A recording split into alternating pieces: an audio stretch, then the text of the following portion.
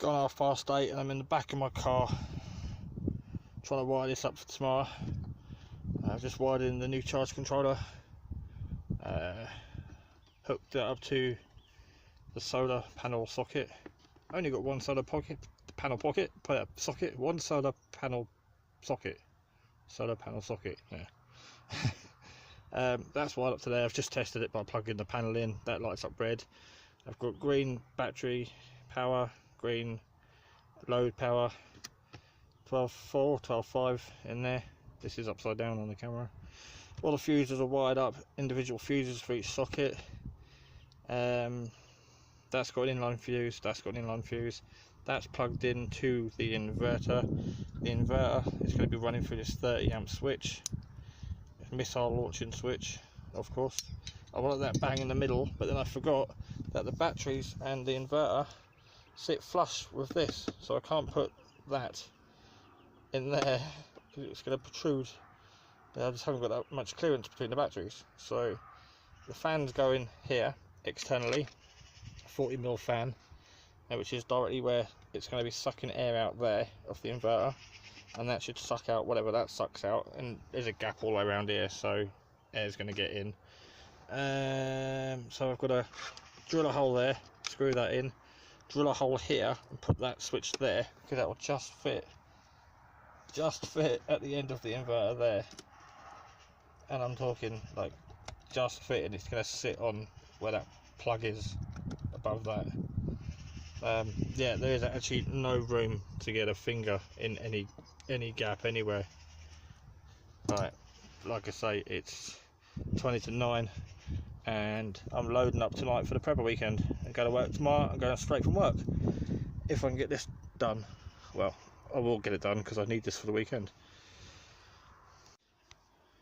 Right, switch for the inverters on. It just wouldn't look right having the switch there. It would have fitted, but it just would look weird because obviously the inverter fan would be here, the 240 sockets there, but the switch would be over there next to the solar in. Don't know, confuse things. So yeah, switch is in, and if I'm quiet, you might hear it. Yeah, missile launched.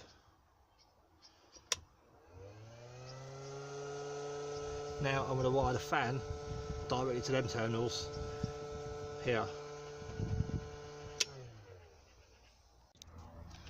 Right, biggest drill bit I've got.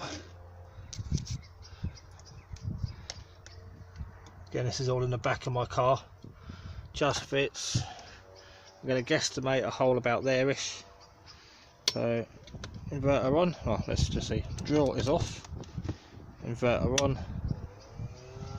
Give it a few seconds for the fan to get up to speed. Drill should be live. Yeah. Right, finally. 20 past 9, because my watch is a couple minutes fast. We're done. Fused the fan as well. Couldn't find any screws to fit it. That didn't protrude and obviously hit the inverter. So I used this foam tape stuff from I used to stick down the batteries in the inverter, and that also took away some of the vibrations, so it's not going to be so loud, because there's two fans in here and it is quite loud. It's definitely not, well, it's still silent compared to a petrol generator. But yeah, everything's wired up, everything's inline fused for that, inline fuse for that, inline fuse for that, and then the actual sockets, the two sockets there and then two sockets come off the brass. Can't even get to it there. Fuse block there.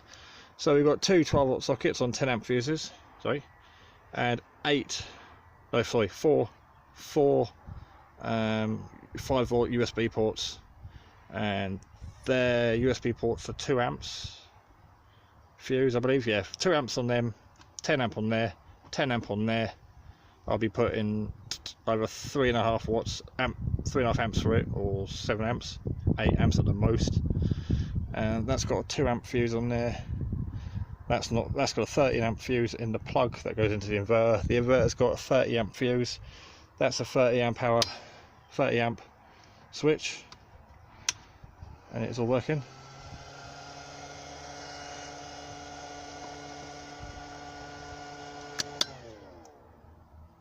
Yeah. Now what we'll do is get all these wires to fit back in the box, seal it up with these little tabs I made, fabricated these, and then we're done. So if you want to see the whole video, well, the whole box in action, you have to watch the rest of my videos, because this is just a teaser. Right, here we go. It's like a Pelican case, very similar. Hard plastic, pressurised, waterproof, dustproof. There's the pressure release valve. Nice little case. You can use it standalone on a table. That way, plug things in, got power. But I designed it for, that'll be temporary, short-term use, but obviously for a camping trip like a week, I can sit it in the boot of the vehicle on a table, that way up. A foot well off the car, in the boot, table, floor, anywhere. Got two 15 amp hour batteries, 300 watt pure sine wave inverter, two 10 amp 12 volt sockets, and four 2 amp 5 volt USB ports. And 240 volts. I got solar panel in, or I can use my 240 trickle charger I've got for that, so I can charge it at home. The light's just gone off my phone, don't know why. But yeah, the missile switch on the top right again is to turn the inverter on and off, because the inverter's buried and I can't get to it. And the thing is as wide as my hand and about the size of a shoebox with the lid off. Yeah, the sun's gone down now. Again, we're in the boot of the car, but if I flick the switch on there, that fan comes on, along with the fan behind it for the inverter, sucking air in all through the gap because it's a bad fit. So air's going to be getting sucked in somewhere and sucked out there. Again, the inverter's only to run short term. It's not going to be on for 24/7, so it's not going to overheat too much in here.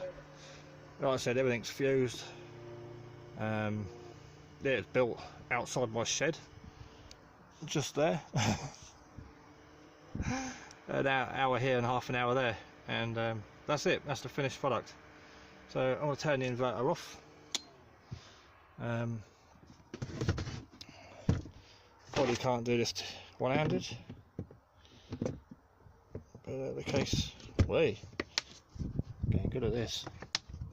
And that's it, ready for tomorrow to be used for 7 days while camping, along with a 40 watt panel. Right, there we go.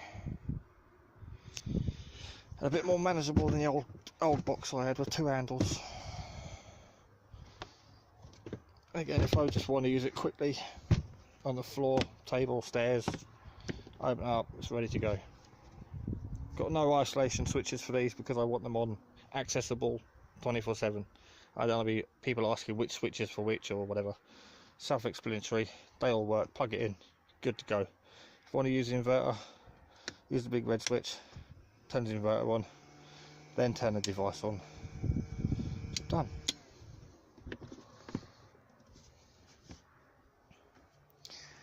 Didn't actually put that in properly. There it is. Yeah, that was a perfect fit when I first cut it, but I cut it to fit this lip here. And then I realised the lid shuts in that lip, so I savagely cut it the second time to fit further in the case.